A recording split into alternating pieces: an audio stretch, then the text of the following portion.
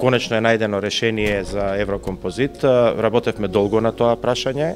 Проблемот е долготраен, значи тој проблем не настана овие година и половина, тој проблем е уназад 20 години, но Еврокомпозит е со блокирана сметка веќе 7 години.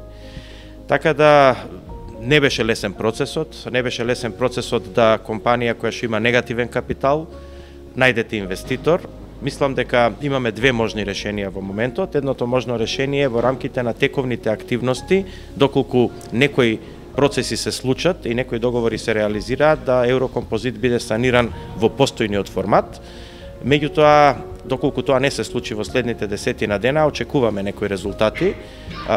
Тогаш второто решение е решението кое што исто како за Фени, кое што беше на почетокот можеби малце неочекувано, но на крај добро заврши. Истиот тој модел ќе го примениме и за Еврокомпозит. Значи, компанијата после 45 дена согласно закон, доколку има блокирана сметка, треба да влезе во стечај, а Еврокомпозит веќе 7 години има блокирана сметка. Ние, веројатно, бидејќи доминантно е државен капитал, ќе влезе компанијата во стечај, но со реструктурирање, при што е обезбеден и најден, значи, инвеститор, кој што ќе и ја санира состојбата во компанијата, во најголем дел ќе се погрижи за вработените, тоа е наш приоритет, значи тие да бидат обештетени во најголем дел, а истовремено баравме да продолжи со активностите во фабриката, бидејќи ништо не сме направиле доколку не обезбедиме да таа фабрика и во иднина работи. Значи имаме две можни решенија.